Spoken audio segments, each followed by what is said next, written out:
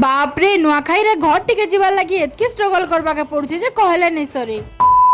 Finally आसी गला से दिन जेन दिन के मुई 2 मास लाना वेट करथिली। एग्जाम सरला पर सीधा सकाल सकाल रेडी उड़ा है ना 5:30 नु बाहरी गली ना स्टेशन के।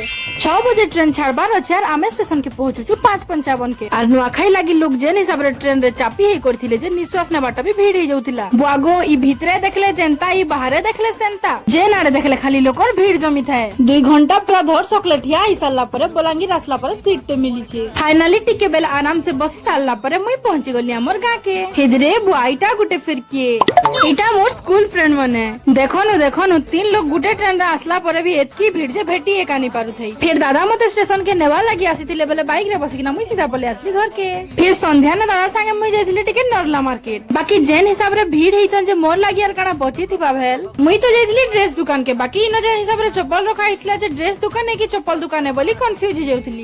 काना भाबुच नुआखाई लागि मुई एबे तक ड्रेस नै गिनबार। नुआखाई ड्रेस तो मैं संबलपुर घिनी करासी क्या मोर दादा ड्रेस गिन बार थिला बेले मुई फेर गुटे ड्रेस गिनमी बोली कर जाई छे। नुआखाई रे सब 60 पैंट घिनी सारला पर आमे पले आसनु घर के। Okay bye.